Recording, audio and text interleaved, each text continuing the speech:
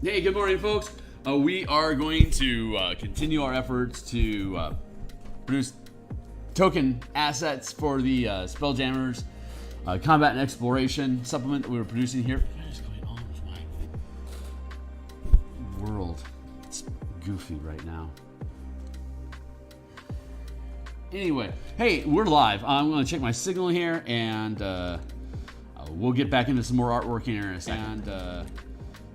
Let's see, signal sounds good there. Hey, I just posted that I'm live on Twitter, so if you follow me on Twitter at Phil Kearney, you've just gotten a notification that I am live. So hey, I'm just going to go through my spiel here real quick, push out my signal through the Discords, and then we'll get into some artwork for a couple hours. So my name's Phil. Hey, I create role-playing games supplement PDFs.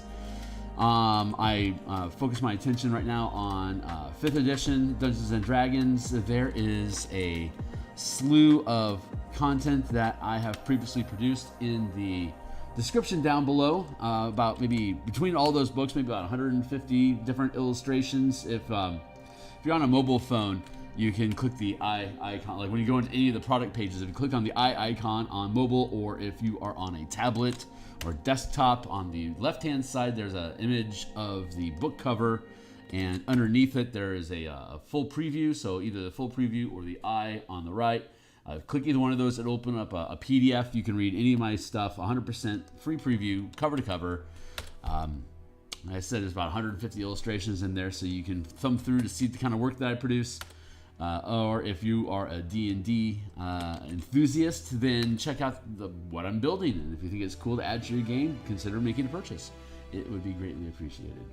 So, having gotten through my spiel, let's get this book cover I created for the book. That was like around episode 15, maybe.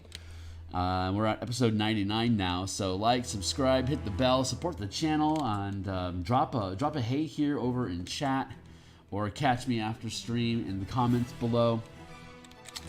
And we are going to continue diving through. So we're going to set this aside. This is Captain Sartell that we built on stream last night, so you can check episode 98 to see where that's coming from. And we've got more tokens to produce. So let's see. Let's set a timer.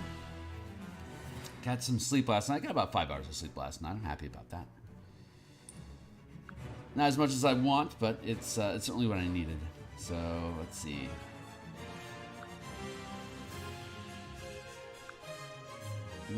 Timer.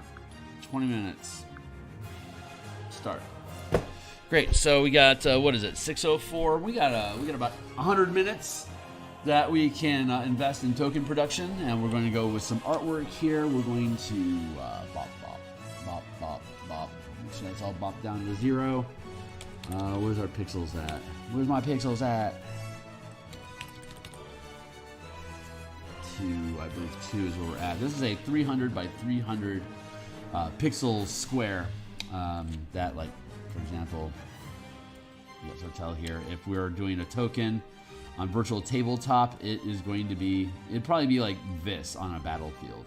So it stands out enough. We can clear out the background behind it, but this is the black and white version. We're going to come through back through and colorize each of these. Let's make the prints prettier.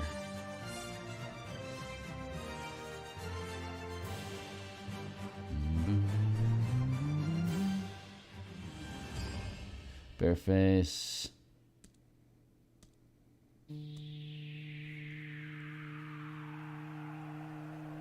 What is going on with you, my dude? There.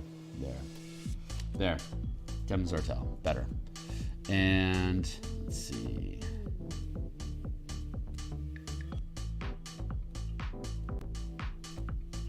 And generic plasmoid.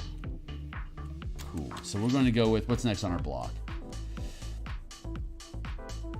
Looks like we got Flapjack. I don't think I want to do Flapjack right now. Let's go with Travis and his gang. So let's see. Captain Sartell. This is from Lives Araxis. It says Captain Sartell identifies the red-haired man as a local crime lord named Travis, a neutral evil veteran. The 10 thugs blocking her path work for him. That is all the I'm gonna double check because I don't. Is that all the detail they provide about Travis? Just that he's got red hair. Red hair. So let's see if there's more to him than that. Real quick. Let's just go into the adventure here. Light up X. Treacherous sabotage. Captain Astro trouble at the docks. Travis and his gang. Let's see. A captain. Docks chaotic, hundreds of people swarm and appears trying to push their way onto 3 vessels that haven't yet set sail. 2 longships and a galleon. A group of thugs in black leather armor use their clubs on a crowd of streaming commoners, keeping the people away from the ships as they're loaded with cargo under the supervision of a sneering man with long red hair. A woman steps out of the crowd and wipes blood from her chin.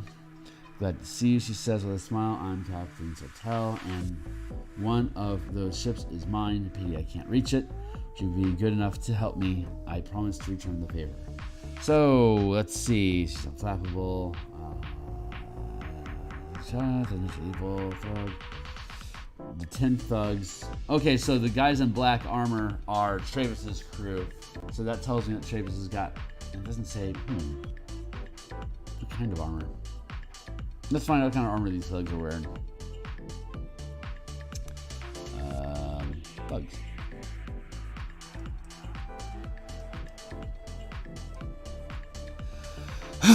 Do tell. Fine.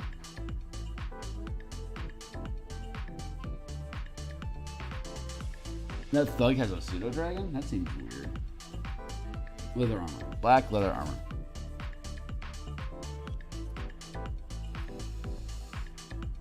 Wait. Thug. All right. Sweet. All right, Kearney, get back to work. All right, so black armor, long red hair. That's all we've got to go on. So I think Sartell has red hair also, right? It's like a red hair fetish running around here. We'll get to the color later, so I'm not gonna worry about it right now. I'm obviously just procrastinating. So shut up and get to work. There's no other rules about Travis other than he's got long hair, so that means we just get to spin do it a little bit. So that is too thick. We're going down to 1.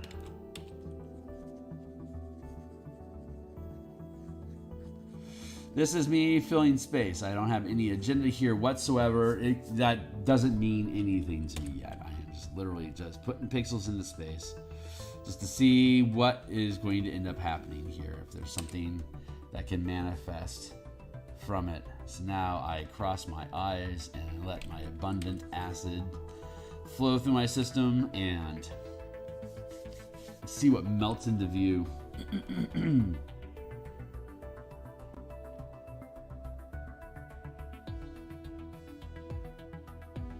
Huh, okay.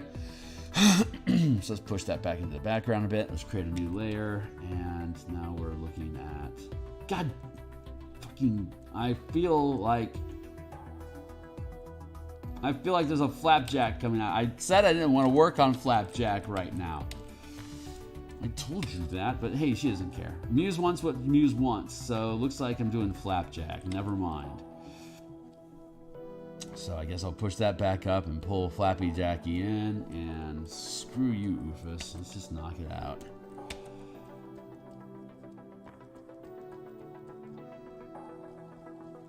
Ugh, all right. Flapjack's such a goofball. Bumps are neat.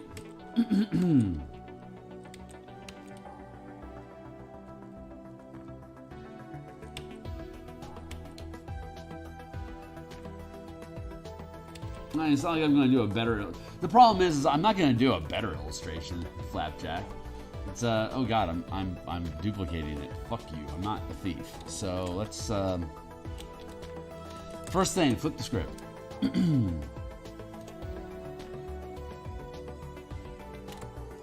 Next, tilt it.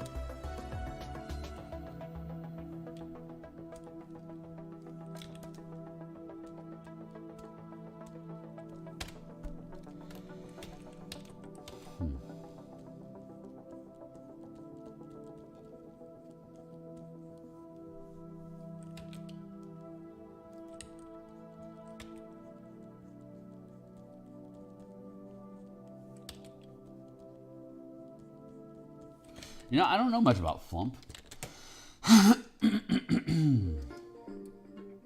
Give me a hot second here. Flump.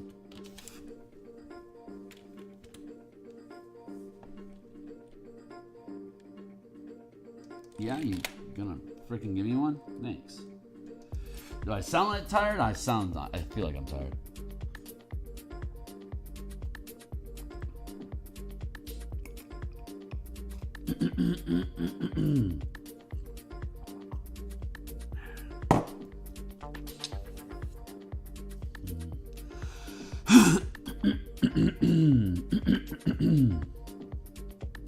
Tendril stench spray. Interesting.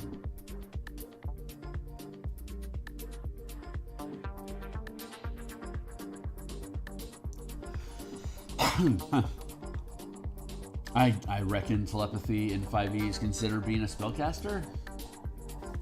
And it's not technically a spell. Okay, so the rules of Spelljammer Adventures in Space is that you have to be a spellcaster, use a helm.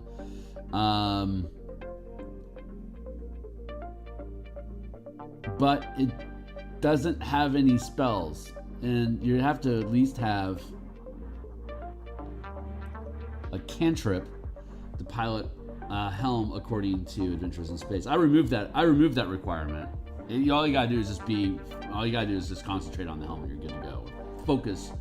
It's a modified concentration that just requires you to, it follows the rules of losing concentration, but it doesn't prevent you from casting spells. It's just focus. Monks should be the same way, by the way, but it's an added depth of concentration that I wouldn't expect 5e to really get into because it's meant to be simple. Sonic siphons. Yeah, there's but it's interesting. It's interesting. This thing doesn't cast any spells, but it's the pilot. Yeah, it's breaking. It seems like it breaks the own rules of Spelljammer. Maybe there's a subtlety behind the concept of spell casting that I just don't get. Well, it doesn't really matter. I mean, we got rid of it.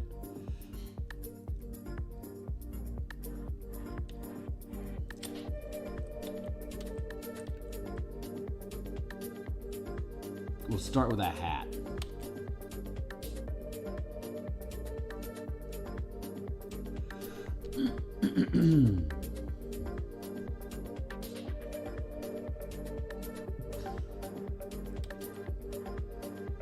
Just to throw shade real quick at Wizards, the only thing that they kept about piloting Spelljammer helms from 2nd edition to 5th edition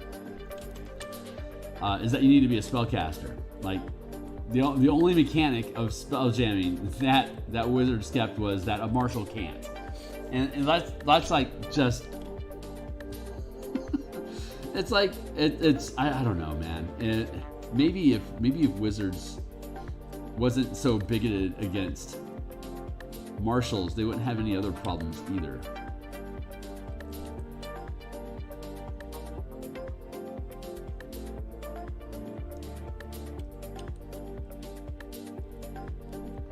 But that's just me throwing shade.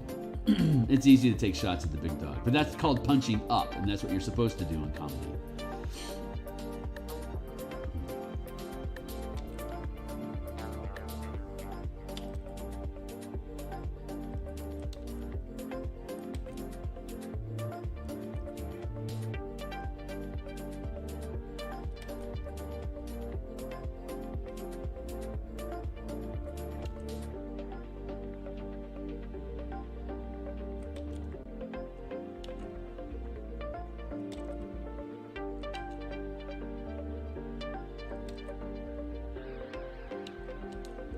I want to put a Spelljammer Academy emblem on his hat. That just seems so perfect. Like, this guy's a graduate of Spelljammer Academy. That's just too choice. Let's see if there's a Spelljammer Academy emblem somewhere out there. So hold on real quick. Is Spelljammer Academy a thing? Was that in here? There it is. Let's see if there's an emblem that we can gank. Do I own this thing? I think I own it. point. View cover. Is it cover?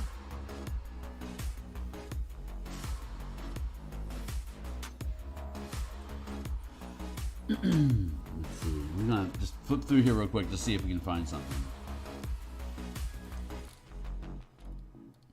Great art.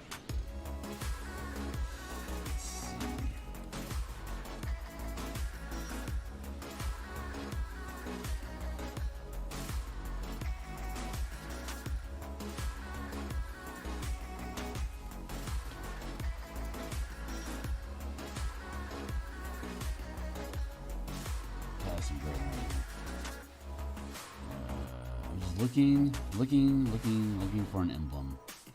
Yogi, what up, guys? We'll get to you later.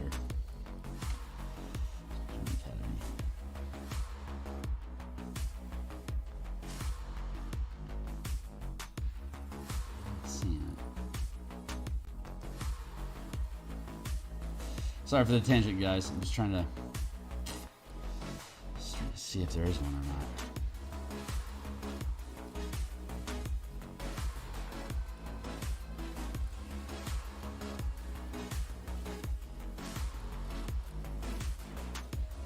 Come on, buddy.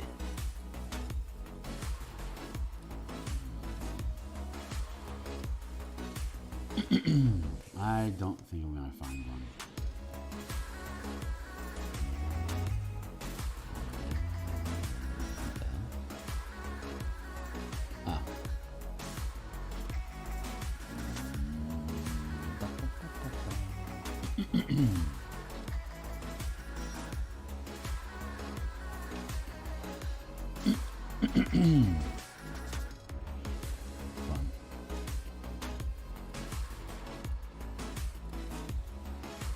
Huh.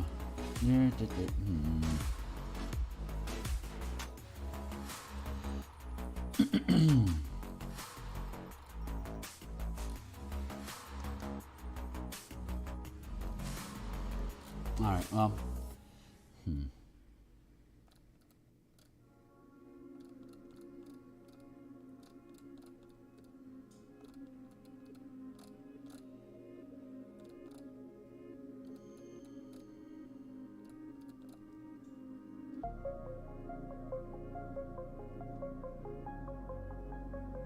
Super cool.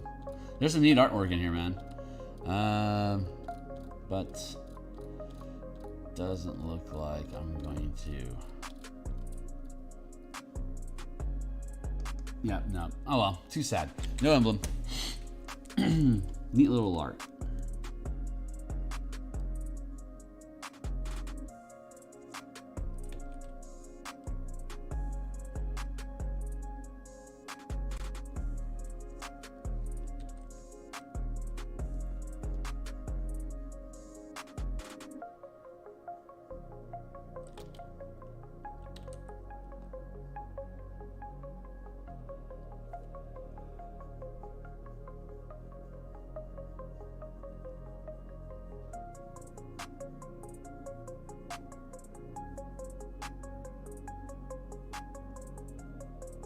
Stupid flapjack. Oh man.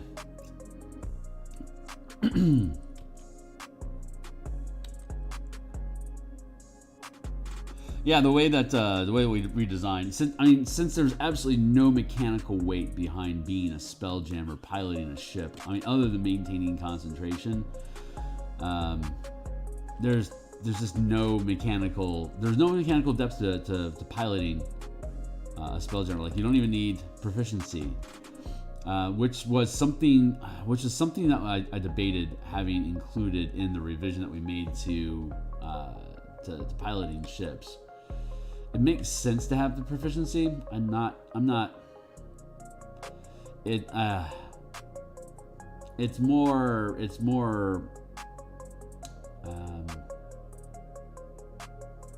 Like you're not likely going to be able. Like if I have a proficiency in piloting space vehicles, for instance, like if you're proficient, like tool proficiency space vehicles, like no one's going to.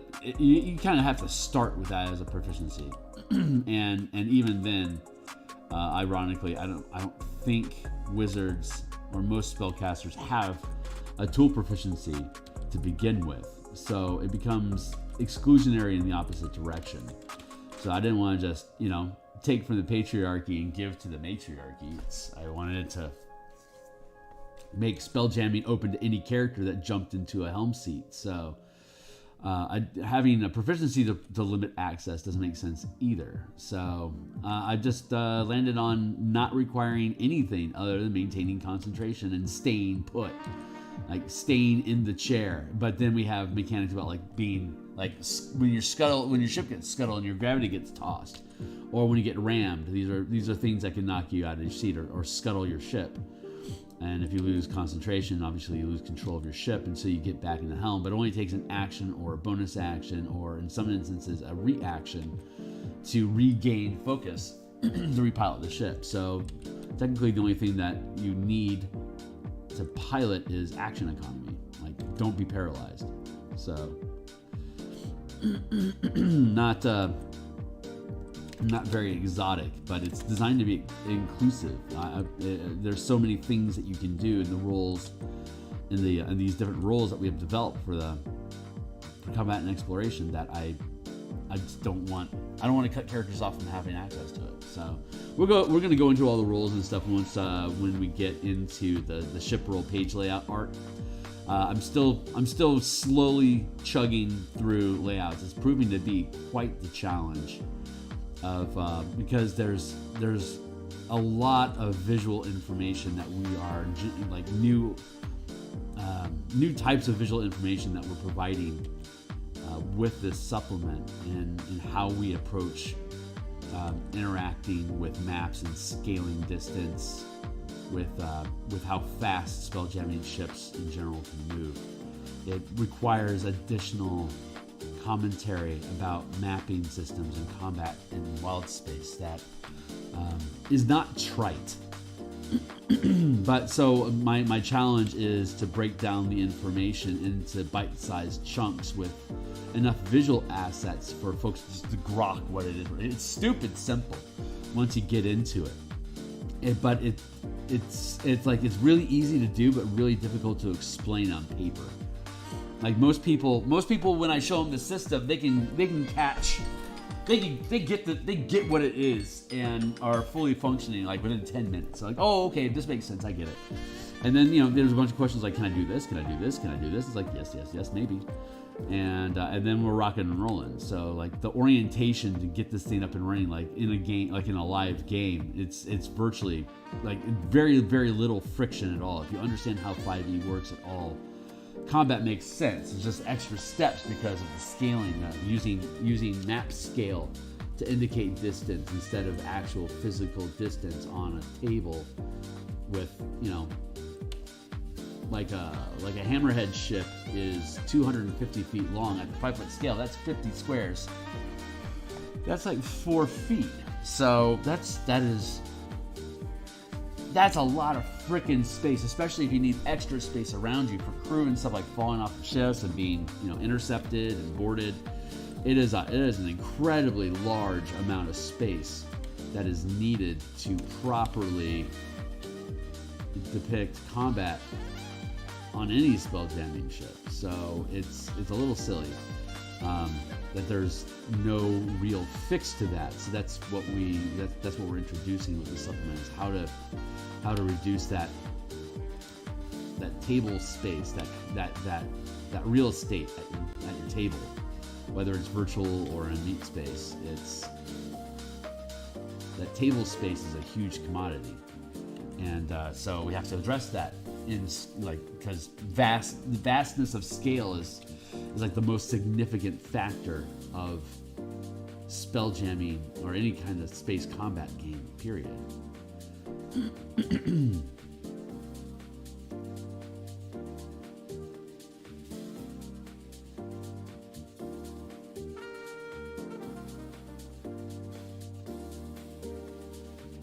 I have yet to see anything that goes into really breaks down the depth that infinite, like that 100 million mile speed is big. That's a lot of distance you can do in a day. That's 10,000 miles every round. So you have to be able to scale out to 1,000 miles square in combat if you're having a chase. So at the same time, like literally, at the same time, you have to be able to depict these ships interacting at the 500-foot scale for siege weaponry, as well as at the 5-foot scale for boarding and other on deck ship activity. So you have to operate in those different spaces at the same time, and I understand why Wizards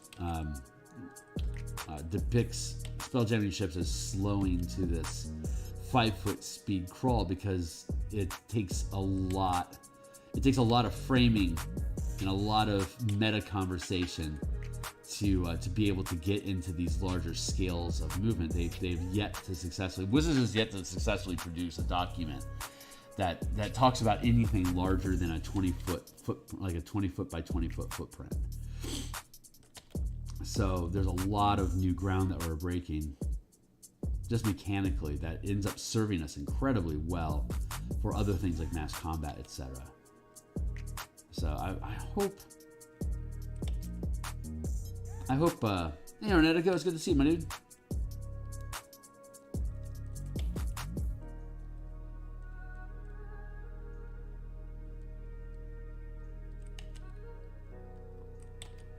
I am hoping that after we finish this and the Eberron adventure and Martial Powers, at that point we'll have a clear path as to exactly what the hell is going on with Wizards and D&D and 5th edition, so I know if I am going to be able to successfully produce the Dragonlance Mass Combat adventure. That'd be quite the cherry on top of anything else that I've done. I just don't know. I don't even know if I get it started, if I'll even be allowed to finish it. They aren't messing with us right now, but they could decide to do that, and they could try to re-raise the OGL issue at any point. And since they tried to initially, that probably means they'll try again. That makes things really sketchy about if I'm going to put myself into another year-long project. Where am I going to be at the end of that? I'm just going to be, holding a bunch of maps and I don't have anything to do with it because I don't have access to Dragonlance's IP anymore. Kind of pisses us off.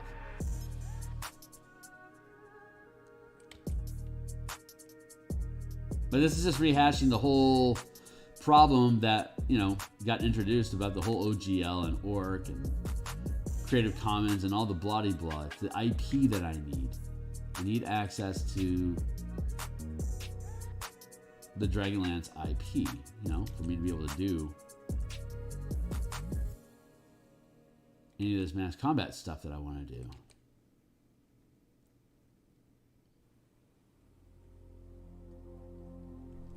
I want to extend that out. So I'm just being curmudgeon-y.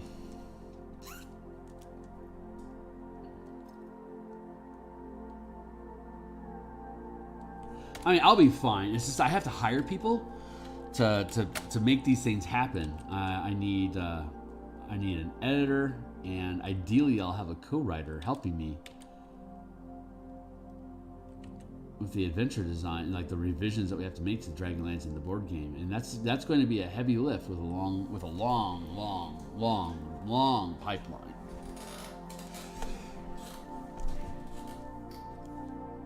Flapjack on. God damn it! I thought I was doing something different, and here I am again.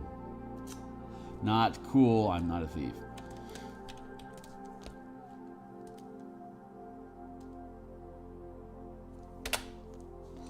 That's not a solution.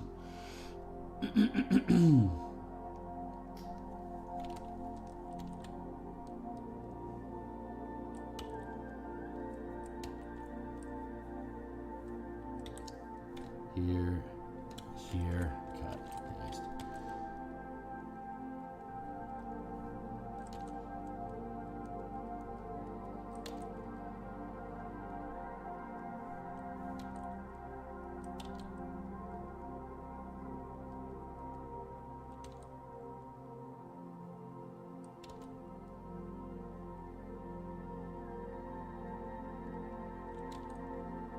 I sound tired. I can hear it. I got that lazy drawl.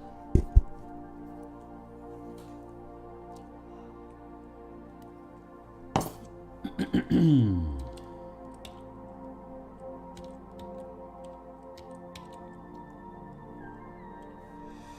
do flumps work? Cool.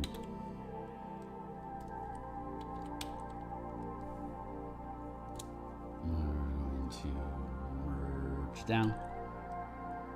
How you doing tonight, Hominatica? Today, whenever, whatever. It's still dark out here in Seattle.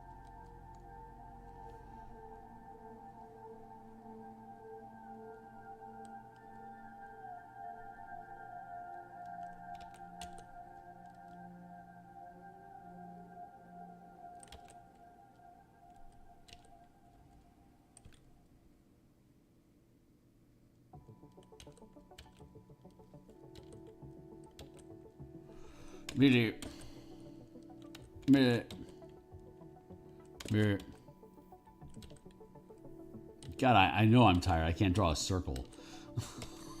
Let's see. Come on. Thank you, Muse. I think she's having some fun with me. I think she's trying to knock me down. Just keep the hubris in check. I think is where we're at right now with her.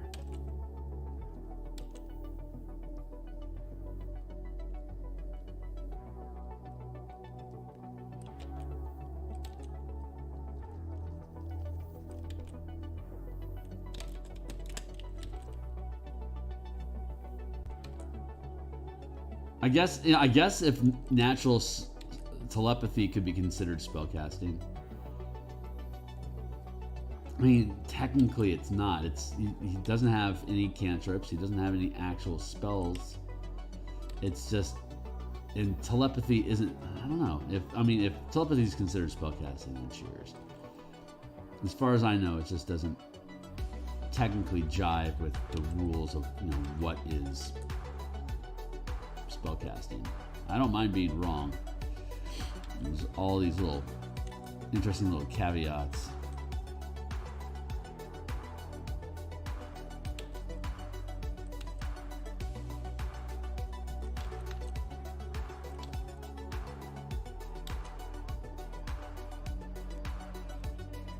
I can't remember who I was listening to, but it was a really interesting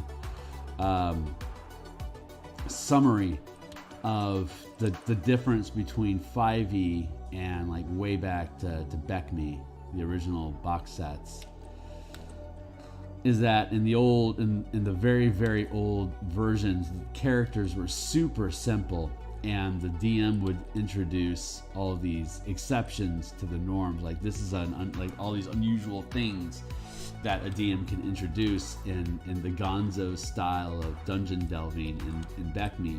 It was like quote unquote exceptions to the rules were on the DM side only, in the form of fiat and having an open hand on what kind of creatures can be encountered and what traps can be created and how deadly these things can be.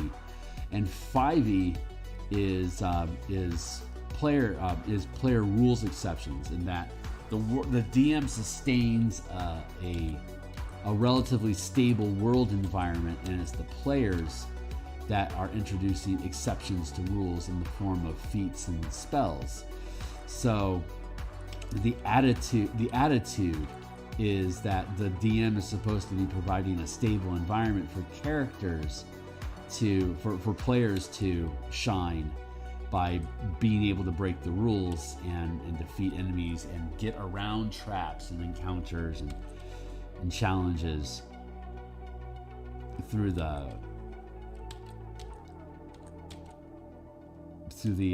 exception system, like D&D, like rules for characters in general is like you follow these rules unless you have an ability that says otherwise. It's exceptionism, if that's the word.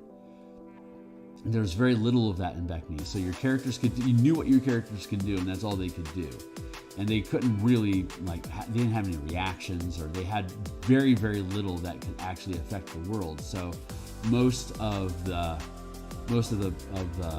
clever problem solving came from ideas, exploration and innovation ideas that the players were having at the table, not so much what the characters were able to do, which is a very different mindset.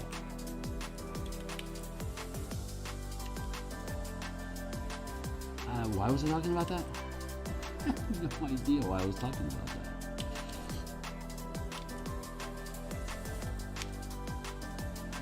Just kind of woke up in the middle of that sentence.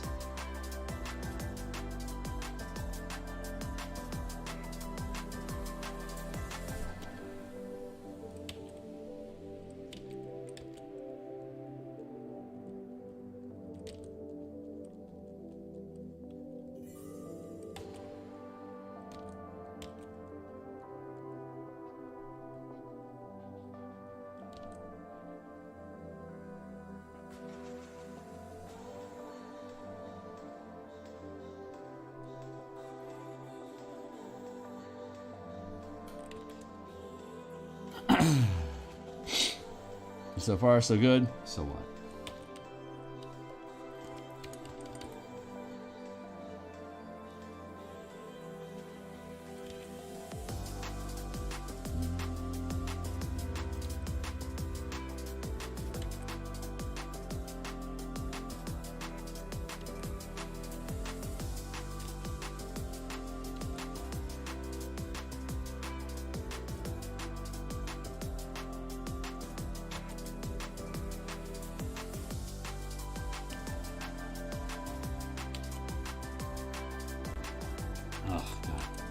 I'm really mincing on these details this morning.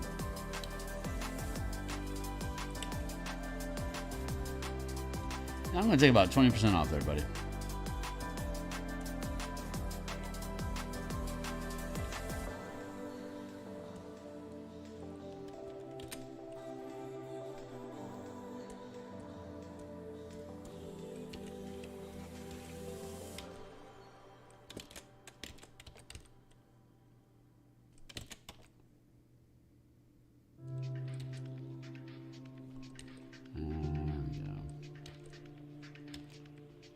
No.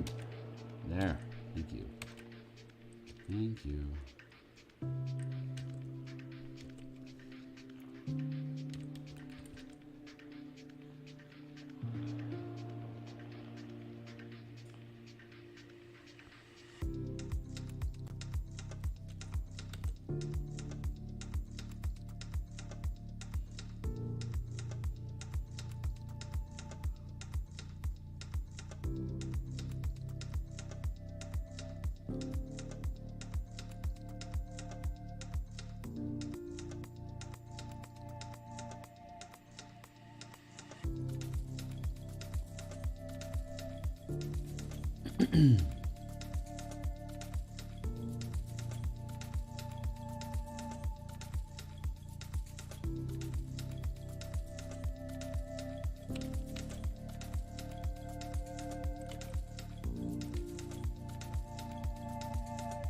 Okay, my heart is telling me that I am mincing details here, and I do not need to be doing that. So let's check out our flamp.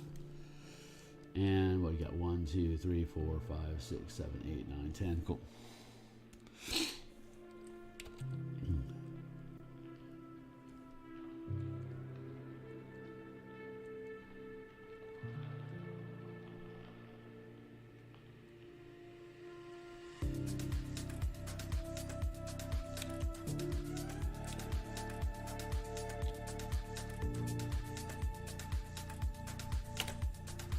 1, 2, 3, 4, 5, 6, 7, 8, 9, 10. Actually, let's see if those squiggles end up helping us out.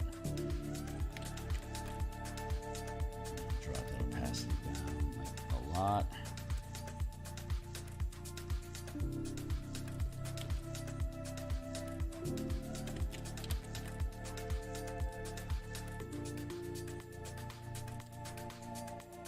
Oh, God.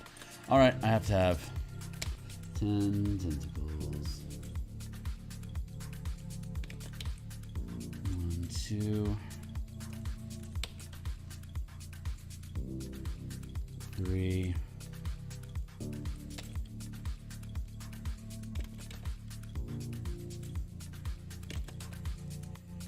4,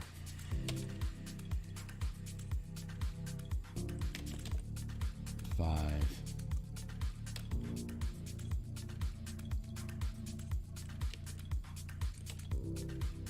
6. If I can get that straight. Thank you.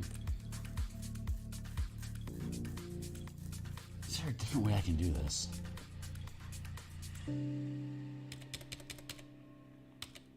Oh, signs point to yes. I can work smarter, not harder.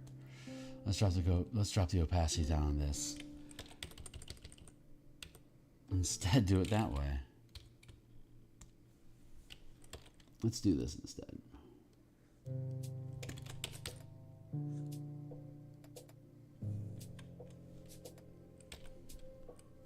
Ten pixels. Perfect.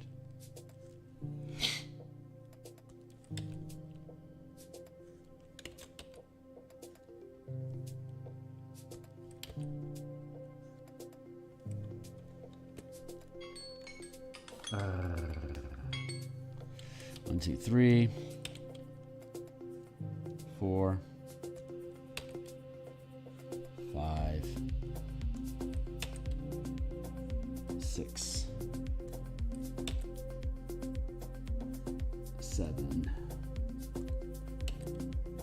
8, 9, 10.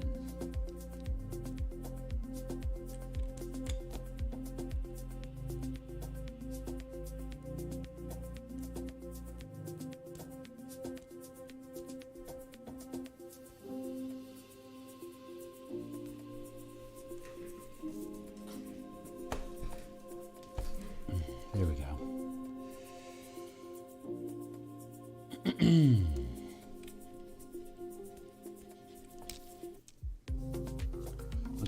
Let's try.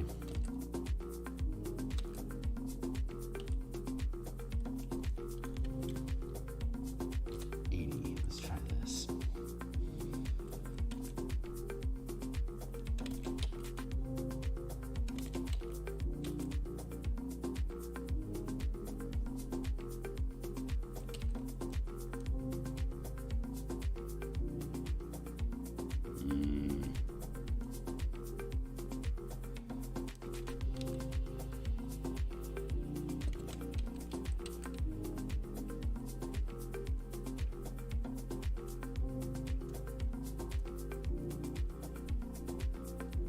There you go.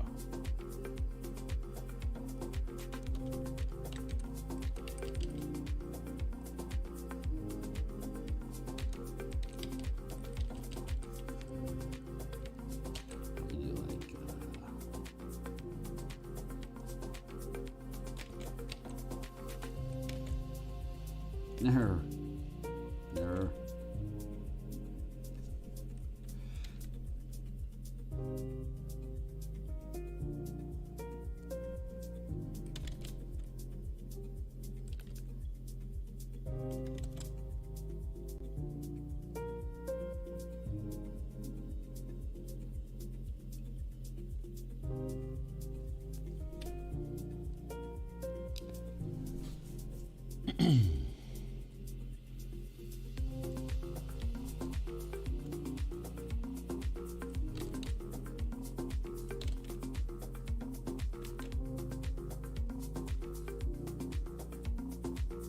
No. This might be ill wrought.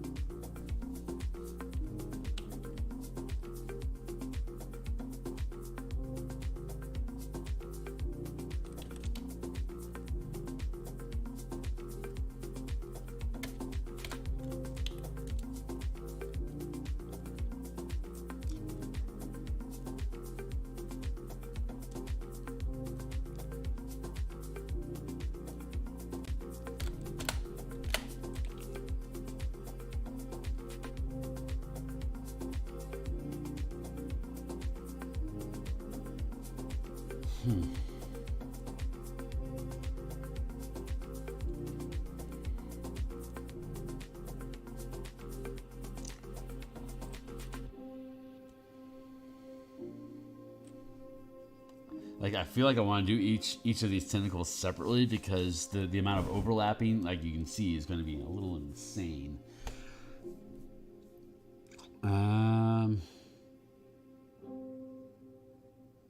Fuck all. This just might not be the best solution, though.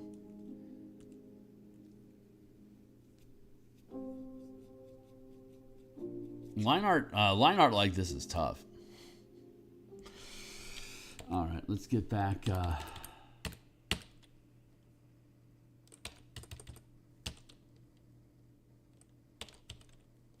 Maybe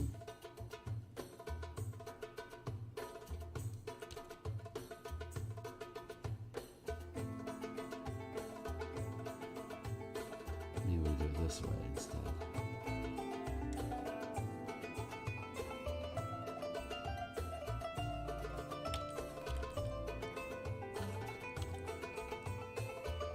Like, if I was just painting and not making a black and white token, I guess I could do this.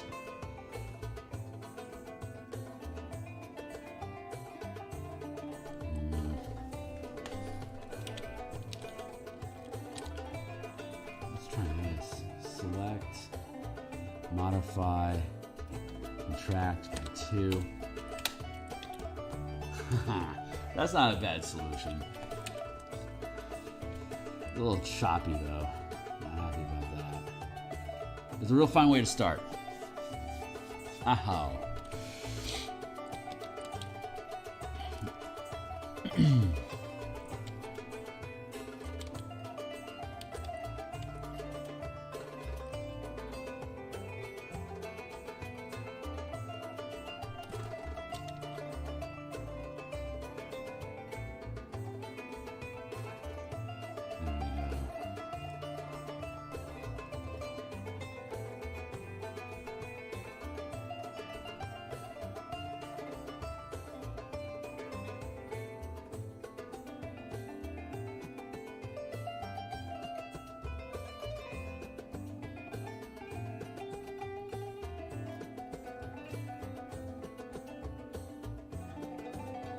Yeah.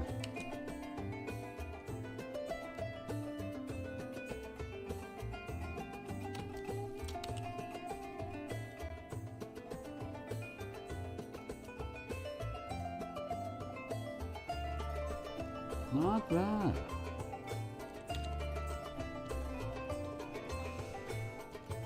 Select, modify, equals, contract, 2, delete, equals. And now I'll come through, I can smooth out those lines after the fact later. 1, 2, 3.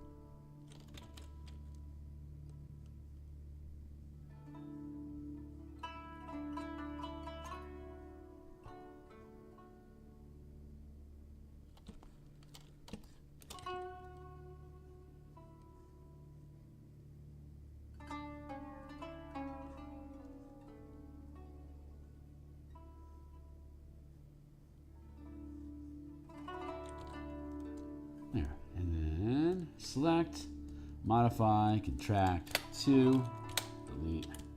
See, now we're starting, that's the kind of shits that I want. Looking good now.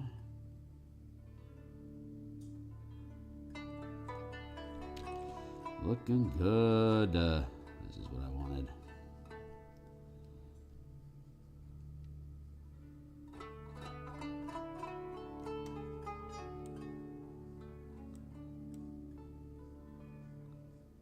Well, it turns out I like working on Flapjack, so cheers. What a great name for a flump. I gotta say, Flapjack's gotta probably be the best thing about Lattice Araxis, and it's like it's a nothing detail, but it's just funny.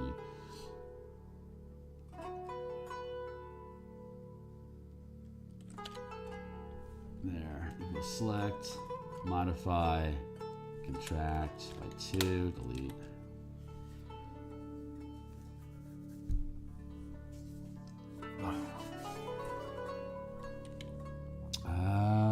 Next.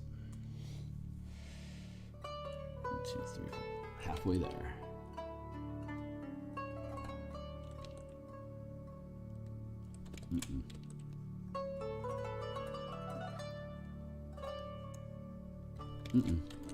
Too much too fast.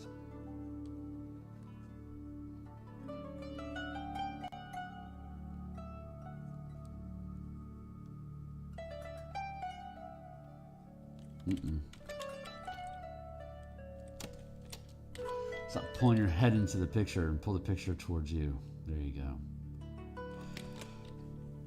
Posture is health.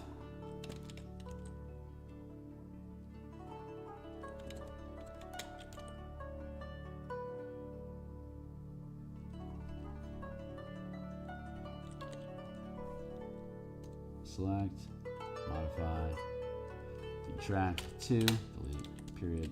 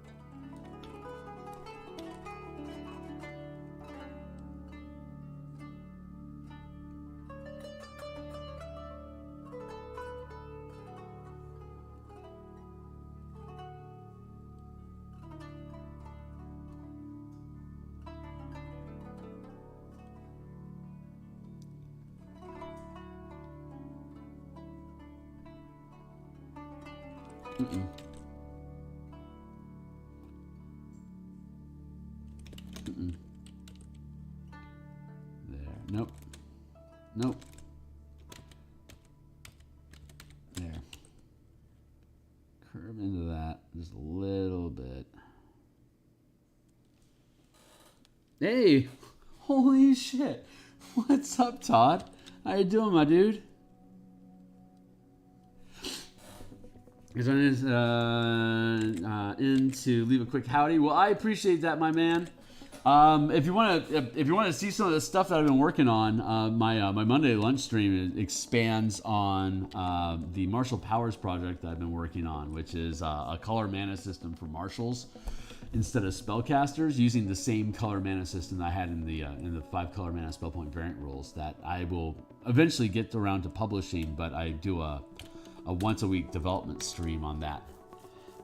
I know that you had a passing curiosity of color mana when it came out, so I thought since I saw you, I thought I'd point it out. But dude, it's good to see you, my man. But are you competing with me? Am I? I don't. It's only once a week, my man, and I mean, obviously it's recorded, so catch it whenever you want, my dude. But what is it, like 1 o'clock PST? I love your hex crawl.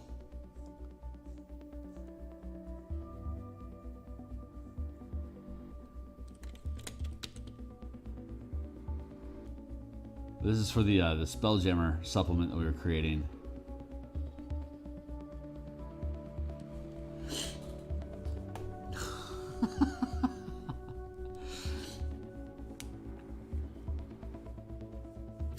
Cheers. Later, skater.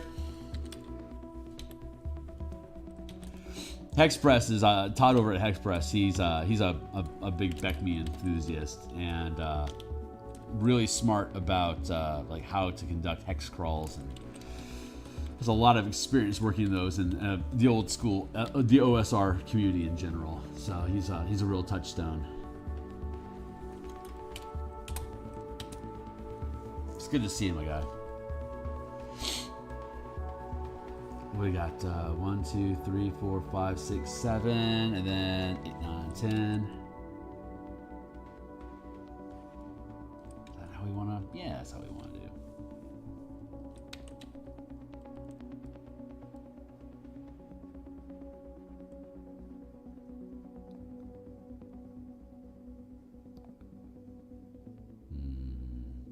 Perfect.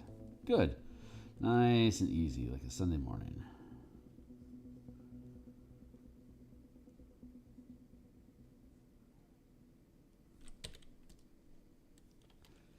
Is that proper? Probably. Select equals modify contract to delete contract, not contract, contract. Language. 2, 3, 4, 5. 1, 2, 3, 4, 5, 6, 7, 8. This will be number 9. Number 9.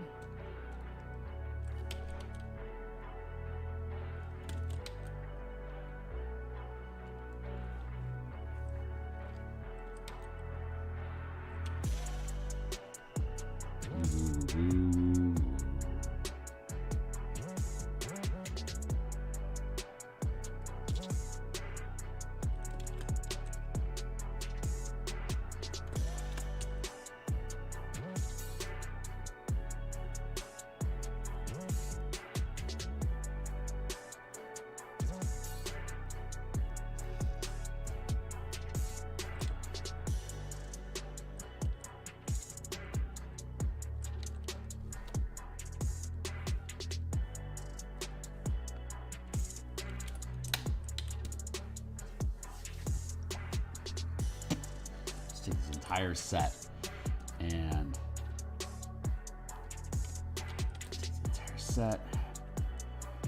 transform.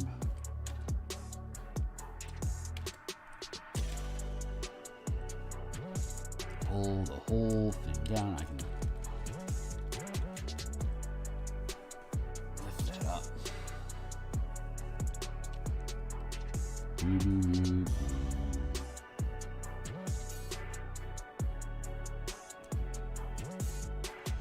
Don't think I need the hazy background. Don't think I need the...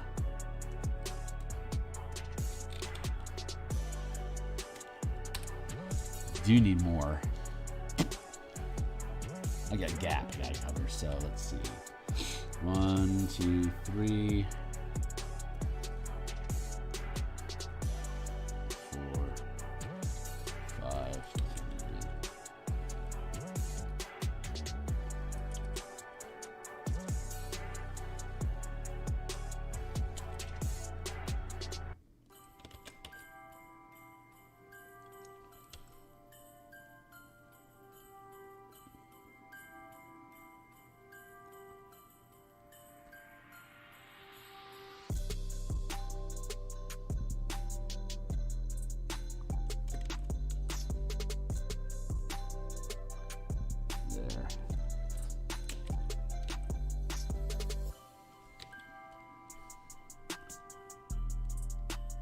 Modify,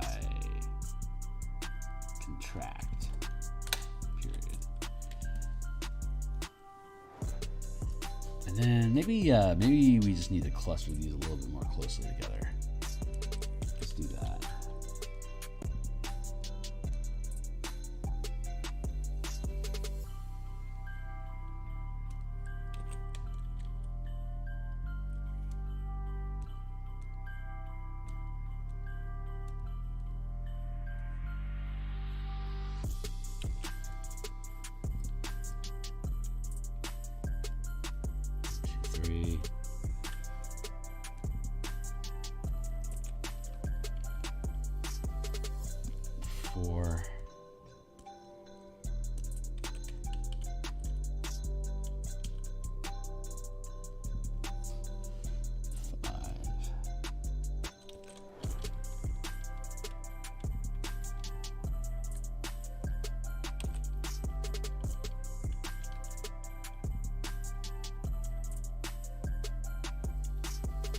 feel like I want to pull this guy like way the hell over here.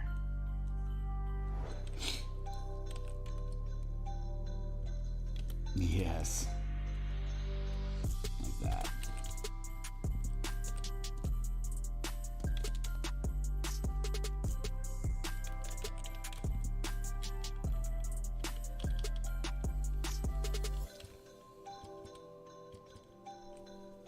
Nice.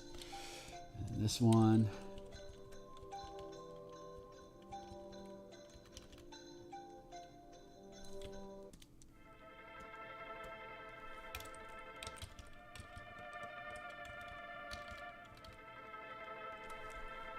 Good.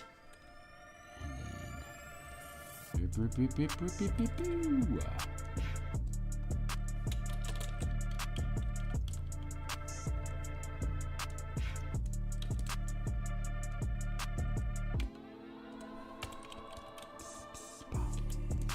Flip this one over. Free transform.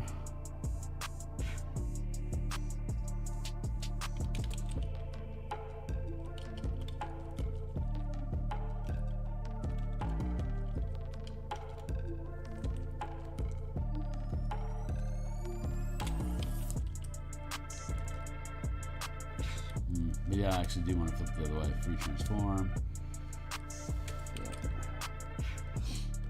I was watching the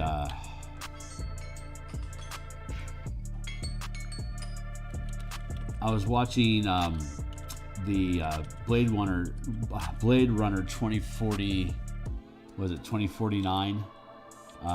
Extended like the added what is it, the bonus videos, like the bonus, and like there's like this animated thing, like a short animated story about how the blackout happened. It was like a bunch of synthetics that did a raid on a coordinated strike on various data or like data facilities to knock out any records of who were replicants and who weren't. And it highlighted a soldier, like a like a Sigma 6 soldier, and this sidekick chick that he picked up along the way. They were both combat operatives, but it's really interesting the way that there's like this consistent language in Blade Runner about the like the males are obviously incredibly strong, like supernaturally strong, but the girls are unnaturally agile. So like the two of them break into this government identity data storage facility, and there's like armed troops and stuff, and they basically drive a semi through the front door and then get out of the truck and start just tearing people apart. And the guy is he's just gun ops, so he's just running around and he's shooting people, but he doesn't miss. But what brought it to what made me think about it, honestly I don't know what made me think about it, but it's what I'm thinking about. So that the gal, she like has no guns, and that made me realize that I have never seen a synthetic. I don't think I've ever seen a synthetic with a gun in any of the Blade Runners. I even think Joy. No, it's Hope. In 2049, I don't even think she uses a gun. I think everyone she kills, she does with her bare hands or like breaks their neck or whatever. I don't think any female operatives, synthetics, are ever carrying a gun. And I thought that was interesting. I could be wrong, but I don't think I am. But B, the other thing that was interesting is that both of the Blade Runner movies and the animation they all highlight how agile and like physically adept they are. And that, so in this particular story, when they're doing this raid on the data facility, the gal generates power through acrobatics. She builds momentum by throwing her body, and basically uses her reflexes and angling to be able to avoid getting shot. She eventually gets dropped, but the point is that the guy that's in charge of the operation, he just picked her up as a recruit. You know, she wasn't doing anything better other than getting harassed in an alleyway. So she's like, yeah, I don't have anything else going on. Let's just do this thing. So she hooks up with him, and so she's like, she charges while he's casually getting out of the truck and pulling out Glocks and taking shots at soldiers that pop their head up. She is just like sprinting across the battlefield into a pile of soldiers with guns. And like just completely ignores the threat that they face, and it just proceeds just to dance through them and shred them like a dervish. And so she doesn't have any weapons on her. All she is doing is, and the point I'm trying to make is that her purpose is to she's making noise on the battlefield. She is causing disruption.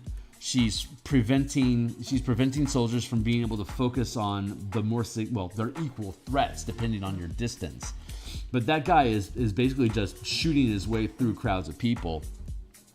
And none of these guys are able to get clean shots on anything because they've got this chick that is just absolutely kicking and throwing and dropping just piles of people, these mooks, from really being able to slow their team down. And I just think that's fascinating. That like she's not. It makes me think about the monk. Honestly, I think that's where this conversation is going. And just the role of disruption, like battlefield control, isn't so much. It doesn't have to necessarily be locking things down physically, like stunning them or paralyzing or rooting them. A lot of it can be built into just distraction and causing disadvantage and preventing line of sight, knocking things prone so that they aren't having good shots anymore. And it's just, I don't know, it's just, it's worth, I don't know the name of it.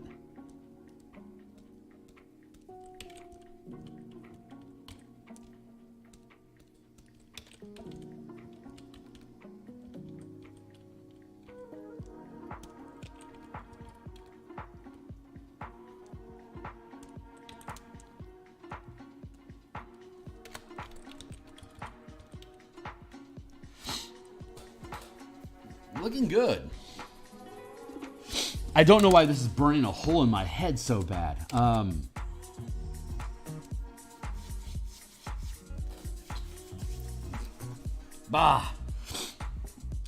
think it's because I'm thinking about martial powers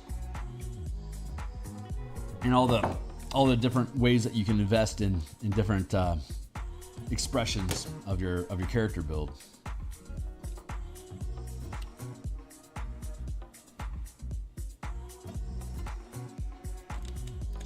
Yeah, I think I want to do it that way. I do want to do it that way. Let's pull this up a bit.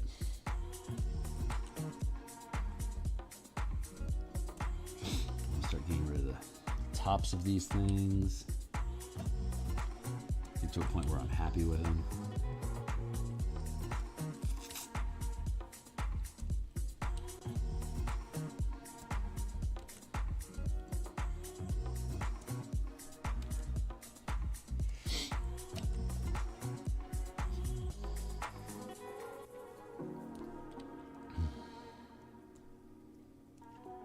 I don't know the rules. I don't know the rules behind images and copyright strikes. I know that any of the audio elements of the animation that I'm thinking about, I'm pretty sure it's all copywritten, so I'd get a strike if I played the sound. But I don't know if you're allowed to play the vision, like the video of anything, because I really want to just take a few minutes, like at some point, like probably during Martial Power Monday. Just take a few minutes and look at what that character is doing.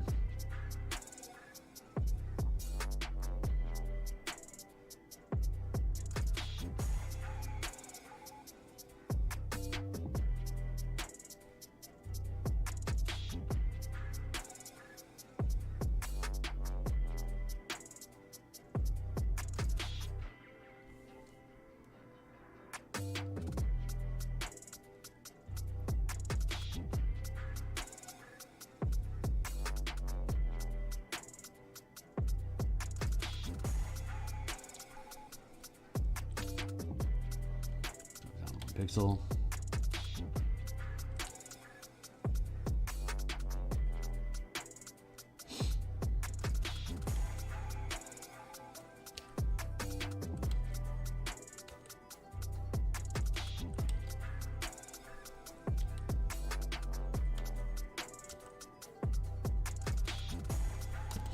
I'll find out. I'll find out if I can play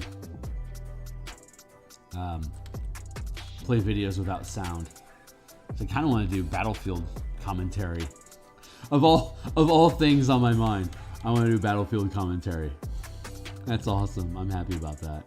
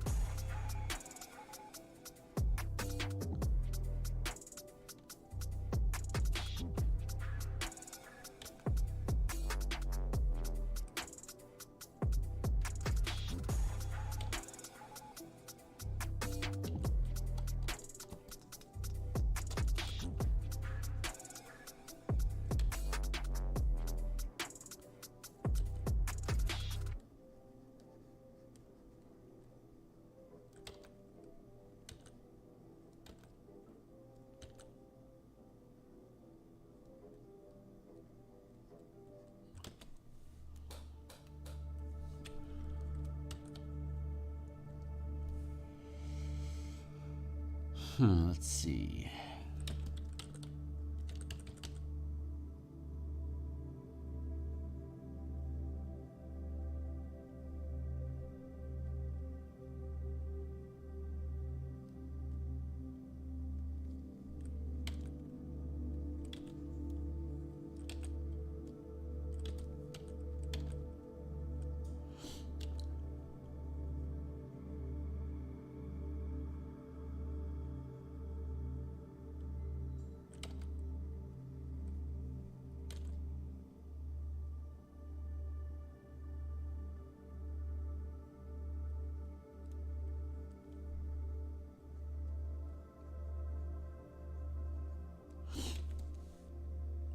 Yeah, looking good, kid.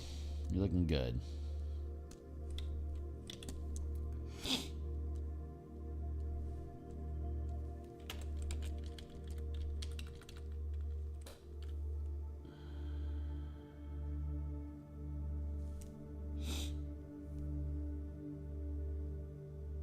Yeah.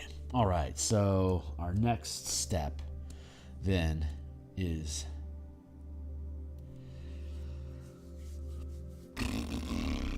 really don't have to do this, but this is where we're at. So let's.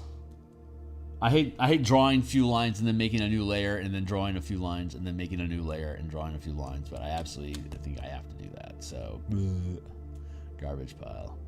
Wait, do I have any trash down here that's reference stuff?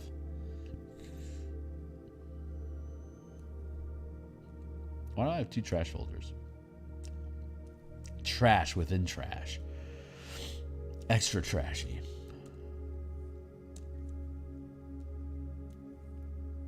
All right, stay on point, Kearney.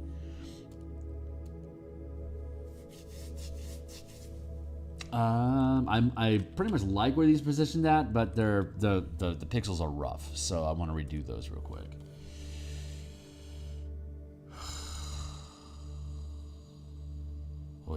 All right. See, that's my problem.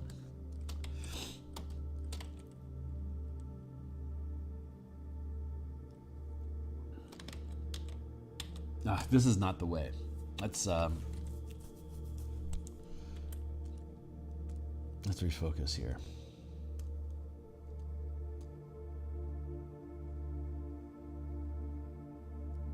Let's refocus. How about we go with what we got? First off, duplicate the layer so that we don't screw ourselves out of anything. Next, lock down the layers. Or make them disappear, work on one at a time. There.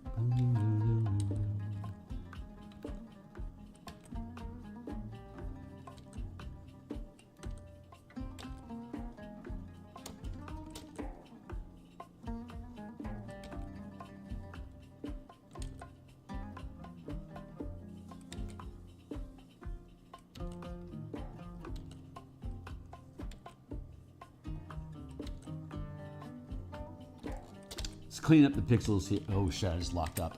All right, I'm going to wait for that to finish saving. And now I'm going to reopen it. What is it? 720? Okay, cool. We'll be done with this. We're done with this and we'll move on to the next thing. So we're almost there. Stay on target.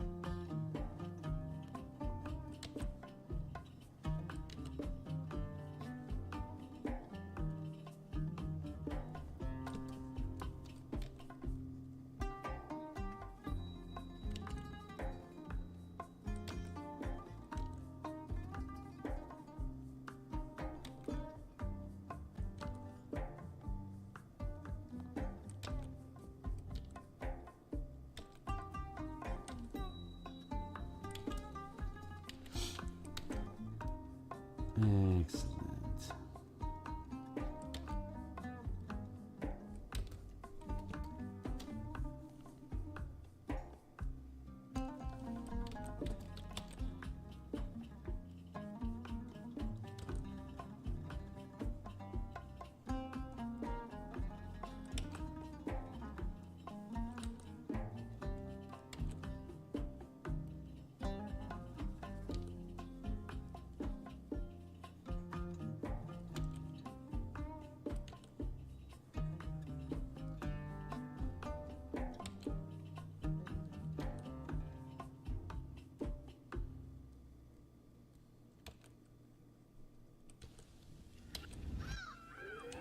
Almond raw. Wow.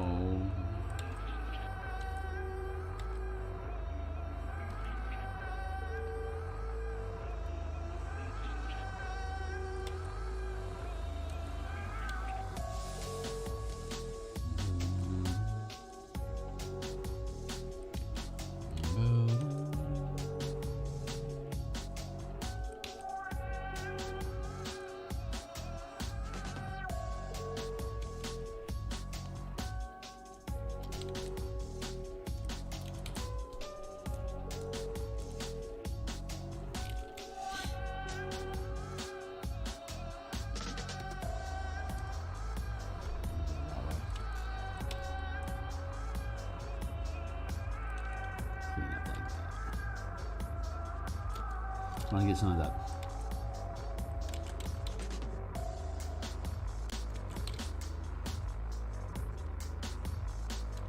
Just clean that up a bit.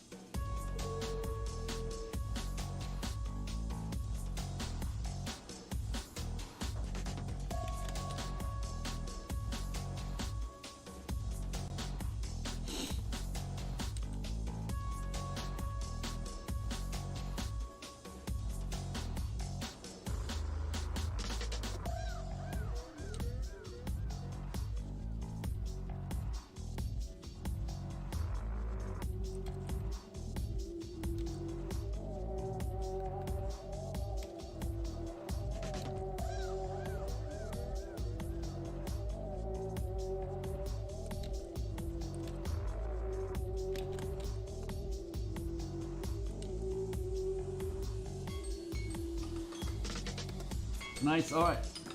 20 minutes left. That's all we got.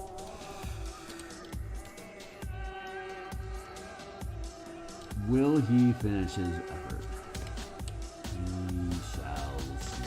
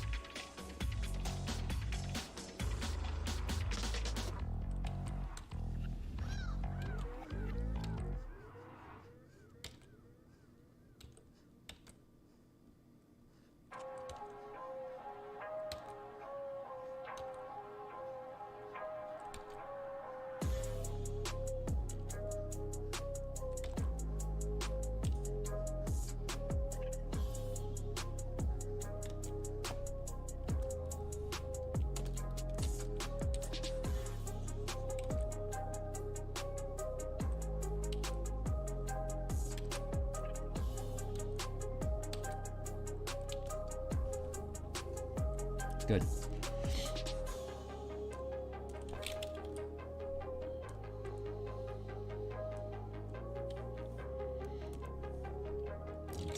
Okay.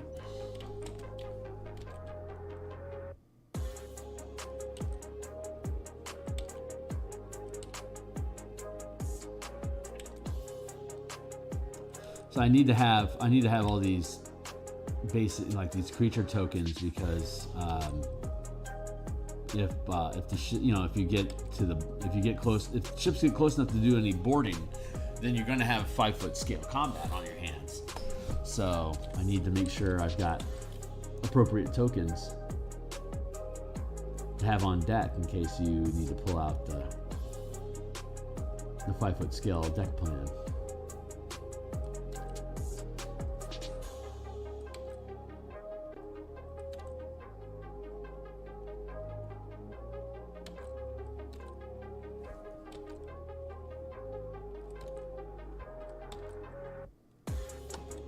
But I am hoping I will have the combat chapter. I'm hoping the page layouts are going to be resolved for that by Tuesday night. Or Monday night, I mean, for night stream. Which means on Monday I'll do Eberron in the morning and I'll do Spelljammer in the evening. So we can keep creating, so we can keep pushing through the document. It's a long document, and we're around page 20 right now. Well, I mean, like the back, like full lockdown, like the first 12 pages, I'm pretty set. Like do not need to change anything about the layout. Now it's just artwork for those pages. But there's 100 pages, so that means I've still got a while to go on the layouts for each of them. But we'll get to it.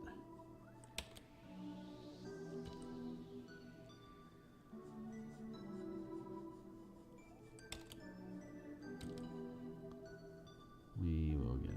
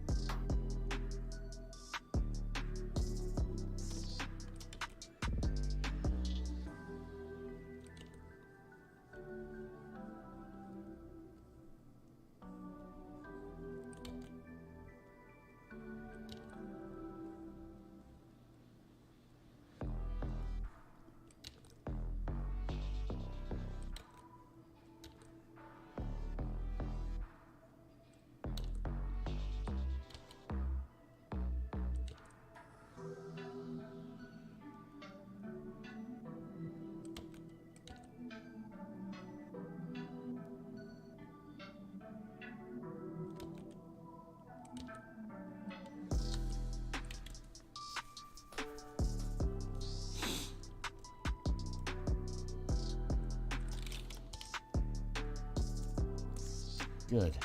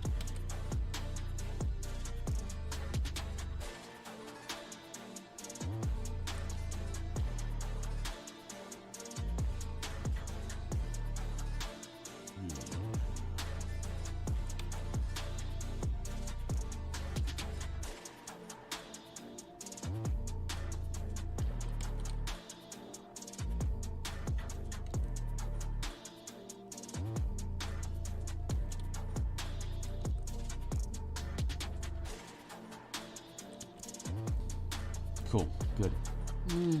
Not quite.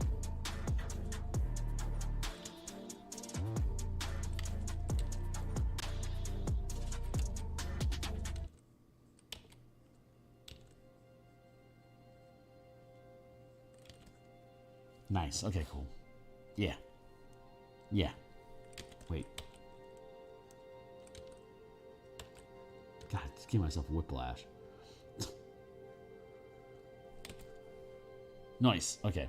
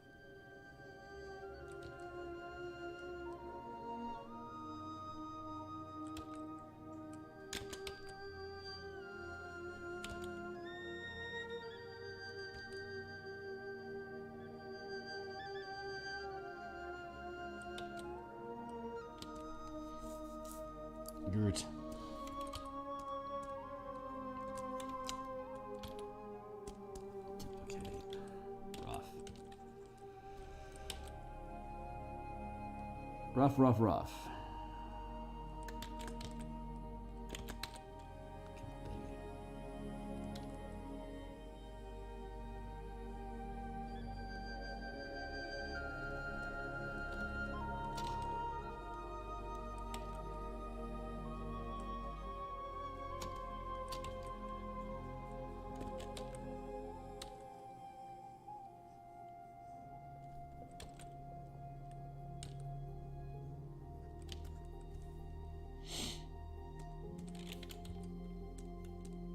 Good. Duplicate. Duplicate the hate.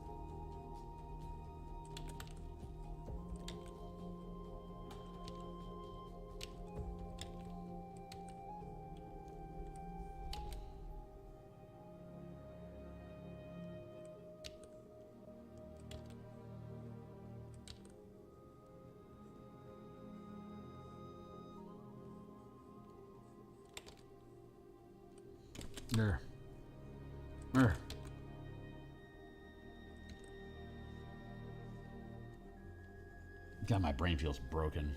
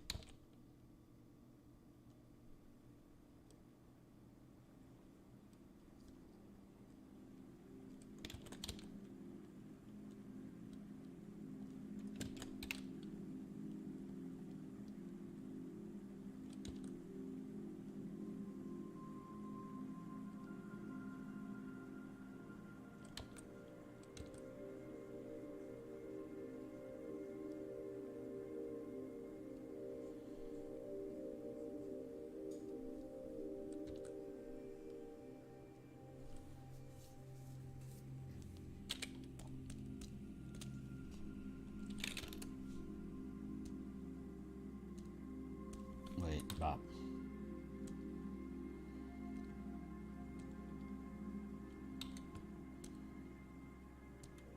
Thank you. Duplicate that. Hey, we're almost done. Nice. Time. It's about done. I'm just about finished with, or what am I trying to say? That I'll be glad to be done. That's all I'm trying to say here.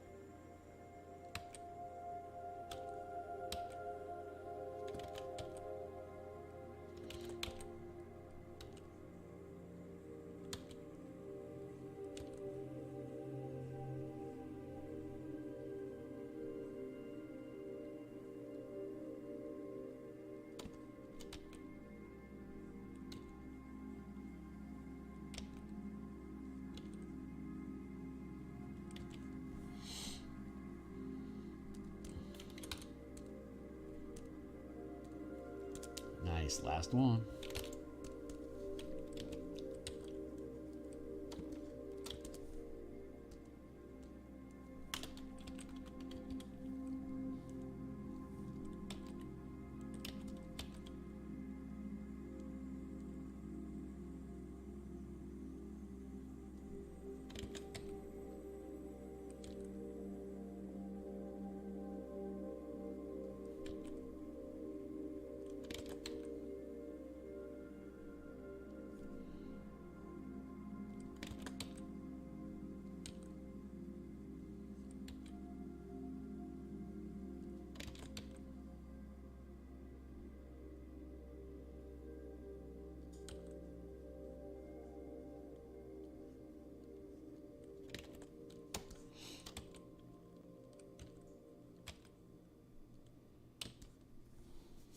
There you go.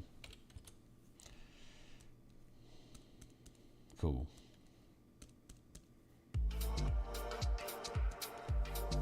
There we go. Nice. Flump. Anything I have to do with the hat or anything? I feel like there probably is. Feather.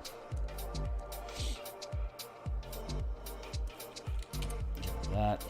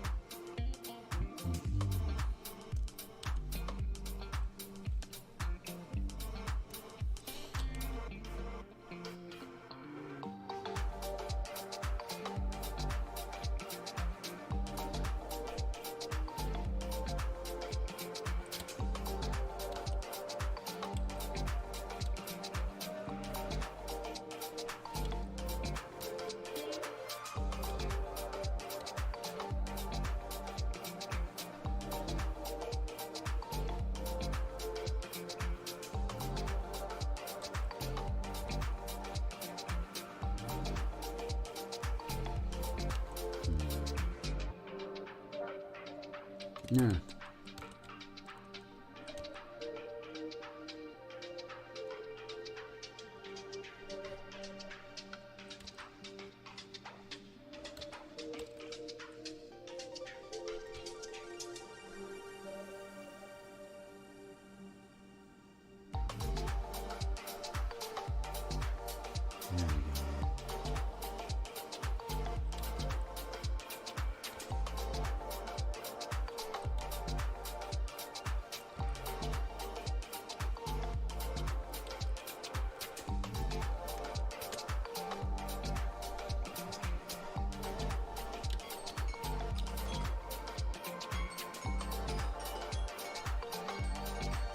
All right, well, hey, that's our time. So I'm just going to take a hot second here to clean up that line a bit.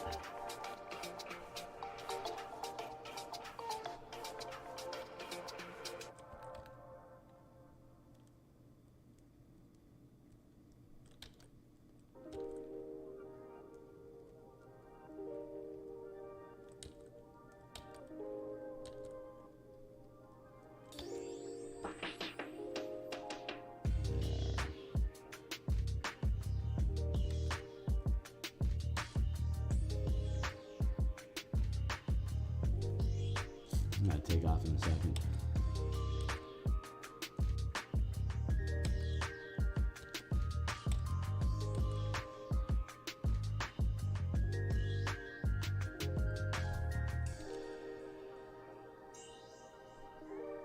All right, that's our flump. That's good enough for now. I'm gonna hit save. We're gonna come back eventually and color all of these things.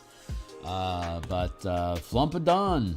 So let's do pancake.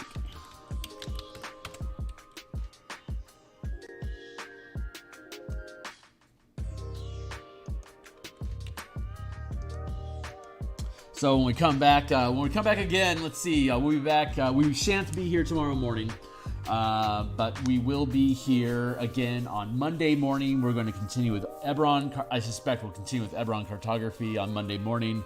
We'll have martial powers at lunch. I don't think I'm going to have the time to build out the Sorkadin build that I wanted to, but.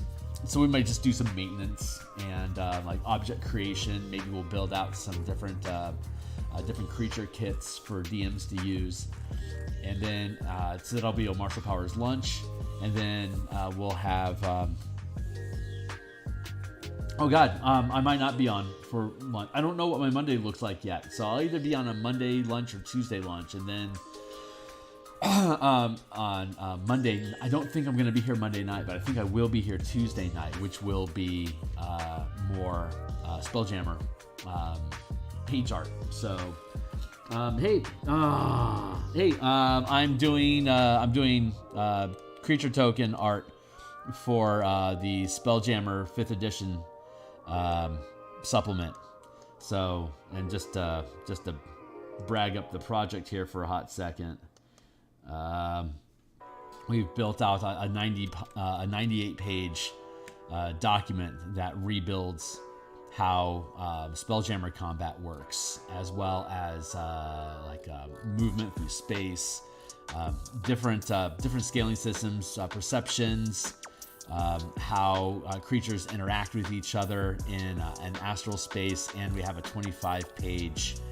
At the back end of the document, there's a 25-page appendix that converts Spelljammer, the Light of Zaraxis adventure for Spelljammer, into this revised Spelljammer Combat Exploration system. So what we're doing right now is we had already created all the ship tokens, like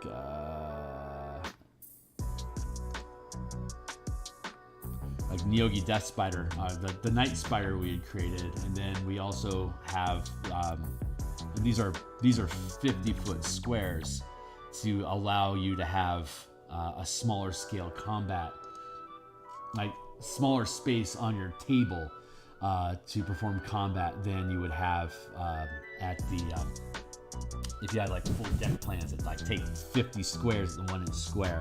And we also built a ton of ship tokens, fighter craft tokens, that once this opens up, you have this 50-foot square here, but now we also have, as soon as this thing finishes loading, Jesus, we're lifting.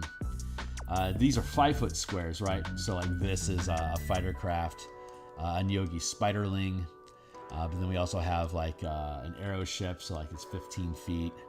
And these things interact at the 5-foot scale, so like you put characters on them and whatnot, and then you can fly these around, and this is a 50-foot square. So you scale out here to 50-foot square, but then you can also scale out to the 500-foot square to have these ships interacting at larger scales of combat. Do not need to save that. Let's see if I have it queued up or not. Citadel Lab, there we go. So here's a 500-foot square, where these ships would interact, like that spider would sit inside of this one 500-foot square. And this is a 1 mile across. So this is the Citadel, this is the Imperial Citadel in the Light of Zaraxis that you can use as a battle map to fly over. And if you have this kind of scaling in combat, we have the book that we've built here talks about how to move from one scale to another and expand beyond. Like you can't realistic, like all these siege weapons have like 2,500 feet is like the longest range that you typically have for a siege weapon, which easily sits inside of a mile. So like if I had a ship here and it has a trebuchet, it'd be able to hit a target over here And then anything beyond that is just kind of like just being tossed out into the void. You could, but it'd be a disadvantage. So what we did is like we rebuilt all of the adventure that was released with the Spelljammer box set from 5th edition. So we rebuilt the whole thing to use these scaling combat mechanics that we have. We had to recalibrate how weapons work so that you could have hit points mean the same thing at any scale. It's just siege weapons work differently, and we're going through page by page as we do the layout. We then come back through and we start to do the artwork. Like on this page, there's like it's talking about Hooded Lantern as a means of being able to communicate. So we do a little piece of spot art, or like was one we were working on. Page 12. No, page 12 is still blank. I want to show off this one real quick because we worked on this one the other day. It is there, page 11. It's like here in the combat section. So we've got a ballista team firing on one of those spiderling fighter crafts, and we have a night spider here lurking in the background. And this asteroid field is part of, I think it's chapter 3. When you explore this, spoiler alerts, 3, 2, 1, let's go. There's a Theurgy that ambushes your ship while you're checking out a nautiloid derelict, and then you get ambushed by the ship, right? So we built out an encounter where you've got these fighter craft and the Theurgy Night Spider that are, as a gang, like as a squadron, attacking your ship. And your goal is to get out of the asteroid field without being destroyed in the process. So we have these scaling mechanics to work with asteroid belts. And once you get out of the asteroid belt, the way the adventure is written is a patrol, a Rock of Brawl patrol runs across you, and it scares off the Night Spider. So the way that we rebuilt it is, if you get out of the asteroid belt, I mean, if you kill them on your own, congratulations. But if they're still chasing you when you get out of the thick of the asteroid belt and you run across that patrol, you can then relay with your orrery, with your message amplifier. You can alert them that the Theurgy are in there, and then their response will be, can you lead us to them? We need to capture them.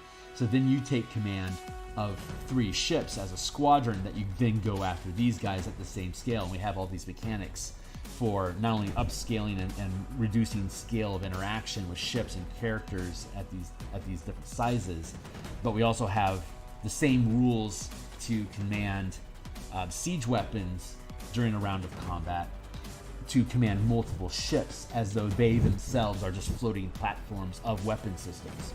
So you can command a single siege weapon, multiple siege weapons on your own ship, or you can command multiple ships inside of your squadron, or if you want to get to the fleet level, which is what you have to deal with at when you get to I just lost it. The Citadel of Light. By the time you get here, and the way the adventure is written, you have like up to 25 ships in your fleet versus I think it's like 40 ships in your fleet versus 60 ships that are docked on the Citadel, and they go out to defend. So you've got a 40 versus 60, which when you use our system basically translates to about the same level of complexity as a druid summoning, say, 6 dire wolves to fight a bunch of kobolds. It's basically the same scale of like dice intensity of a combat round. So you can have each character take command of different squadrons of ships and direct them in your fleet to interact with different interceptors that are defending the Citadel. And if you can punch through the defenses, then you have to zoom in and try to get rid of these trebuchet towers to create a clear spot for you to land your ship, so that you can then go engage at the Citadel at the Temple of Light. Or if you're able to punch through the troops properly, we provide you with the mechanics for you to destroy the temple in your ships. And if you can destroy the temple, then basically you knock out the ability of this facility for being able to damage other systems. So there's a couple different paths that you can go about that we lay out for you in the adventure. If you're going to use ship combat as your focus in Spelljammer, we provide you with thorough tools throughout this 100-page document. And since it's going to publish on the DMsGuild, if you check the link down below, I've got a crap load of books already published on DMsGuild They're all 100% free previews. So you can read anything that I've done cover to cover.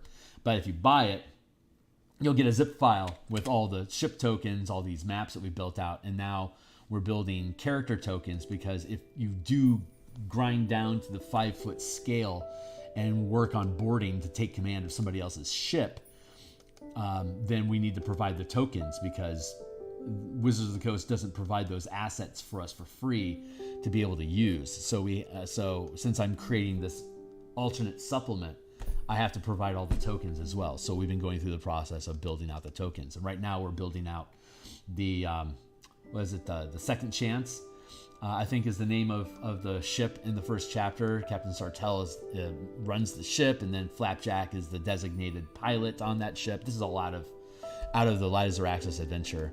And you got Prince Zeleth, who is the main villain in the campaign, and the Plasmoids are the generic shock troops that the elves use as mercenaries in the first chapter.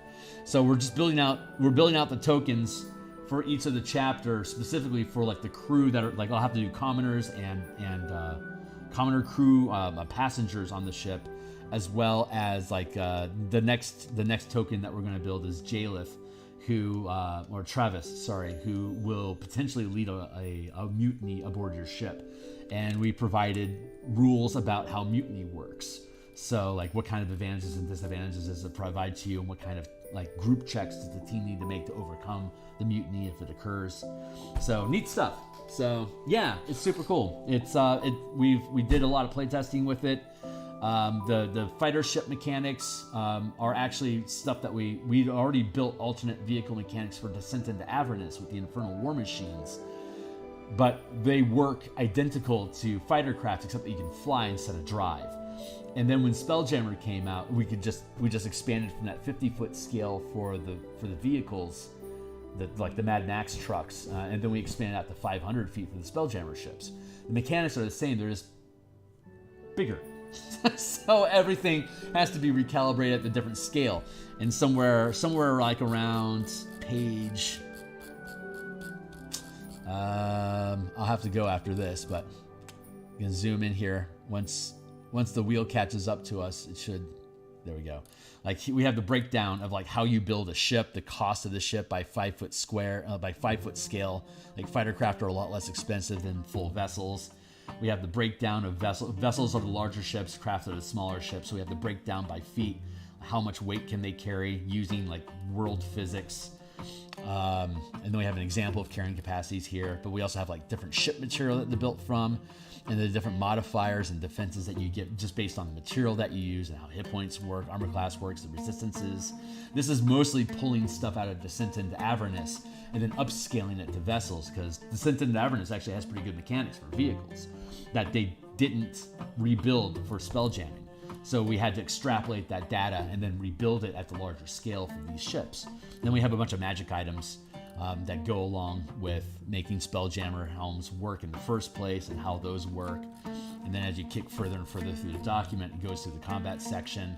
And then we've got like a one-page dedicated to, like, here we're talking about map and distance over time for like when you're doing pursuits and like running gun missions, or like you're doing races and chases. And then we have a page breakdown for the different scales that you can engage with, like at the siege far range. And then you've got the 50-foot scale for like mounted large weapons, and then the 5-foot scale for boarding. And then we have all this space off to the side that we can then take diagrams like we have for like the Citadel to show how these tokens interact at these different scales.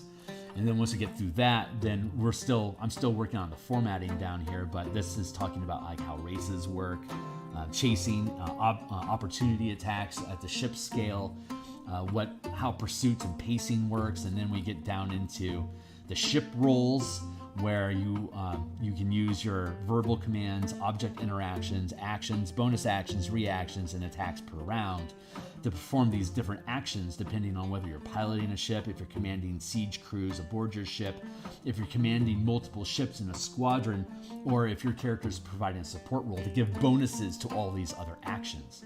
So you only have so much action economy per round that you can normally use. So I could have a character that's theoretically piloting the ship, commanding a ballista team to fire, relaying a command to another ship to help coordinate an attack while you're taking out your Glock and you're shooting somebody who just got aboard your deck. You can do all of that inside of the same action round, 6-second block of time. So, and then we pace out, like, what do all these different things mean? What are the mechanics that are involved with them? And yada, yada, yada, yada, yada, yada, yada. It's pretty damn thorough. So I have to make these things free for people to look at because it's such a deviation from the bare bone minimum that 5e provides, and it also approaches action economy differently from second edition. I have to break all this stuff down, so I have to offer it for you guys to look at for free so that you know what it is that you're buying, because it's a 100-page book. Plus, it comes with the entire conversion for Lazaraxis. I have to allow you to see what this thing can do, and normally on the back end, if people like it, they end up buying it because people are honest. Like all those books down below, you can read the entire book for free, but I provide you like with color mana tokens and a mana playmat, and spell lists and spreadsheets so you can like build out your spell list with your color mana. Like if you're looking at the color mana system that I built, like all those little zip file assets are worth it to people that look at this. It's like, oh, he took the time to build all the assets. I will give him the money so I can get all the assets so I can use these things as I now want to because I read the book. So I get weekly sales off of those things. So it's consistent. You know, it's proven to me over and over again that if you give people the information and they value it, if they don't value it, they're going to be pissed off if they bought it and found out they don't like it. So if you just do it from the other direction of give them the stuff and ask them if it's valuable to pay for it, 50% of the time people actually pay for this stuff. So those are statistics I have from the sales numbers I have on the DMsGuild on the back end. That if people grab my stuff, half the time they actually come back and they buy some of it. So you can trust people, especially in the RPG industry. Maybe not companies, but people, the people that actually play. They are willing to invest in your effort, so you should invest in their trust. Anyway, that's how to shoot smooth in space. Faster than light, wormholes. If you're not familiar with Spelljammer, we'll eventually do a walkthrough on this, but I'm already over time, and so if you want to like, subscribe, and hit the bell. I'm back almost every day, other than Sundays. I'm on vacation tomorrow, but normally I'm here every morning building out this stuff. And as we go into different pages, we explore the information that's on that page, and I talk about it specifically. So as we go through the whole document, once it's done, and I fuse it and publish it online, then I'll come back and actually do like an entire walkthrough of the entire document as kind of like a director's cut of the book, so you can see what my thought processes were behind it as just kind of a casual conversation like this. So I can go page by page to talk about the different shit that's being detailed, and then look at the practical. And I use Roll20 as my VTT, so I'll be able to take screenshots from the virtual tabletop and drop them into the document. Like, this is how I build these things. This is how I lay out the different tables for movement and stuff. So, but basically, movement's like a hovering, like a pixie can fly back and forth and like has like hover. Ships in Spelljammer have the ability to hover, but they can also travel at 100 million miles per day and all the scales in between. So you can shift the size of your grid depending on how fast you're moving and how far away you are relative to the target that you're trying to attack is what dictates the size of the square that you're moving through each round. So, but we'll break that all down, and you'll see that over the next couple months. When the thing publishes, we'll have a huge walkthrough. So, yeah, sorry guys. There's nothing to be sorry about. I'm here every day, so except for I'm on vacation tomorrow, and Sunday is my day of rest. So, but otherwise, Monday through Friday, I'm here, and I'm here at lunchtime on Mondays typically, and Monday and Thursday nights are also production nights. So I've got Spelljammer. I'm building an Eberron adventure, and I've got an alternate spellcasting system for martial characters called Martial Powers. Those are the 3 projects that I'm working on right now.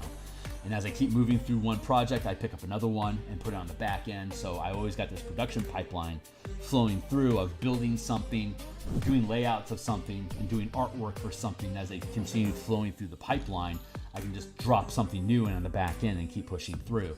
So I've always got something moving through these different phases of production. And I do this all because a lot of people don't know what it takes to build a PDF, or like, why is it so expensive to buy a map from somebody, or what does it take to build a cover?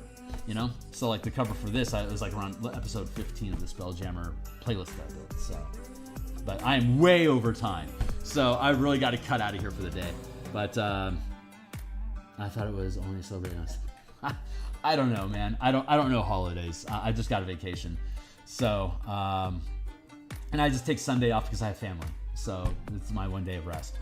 But okay, I'm out of here for the day. I would love to see you guys again, and I'll continue the conversation. So looking forward to it. Thanks a lot for asking, and I'll see you guys on the other side. Thanks a lot.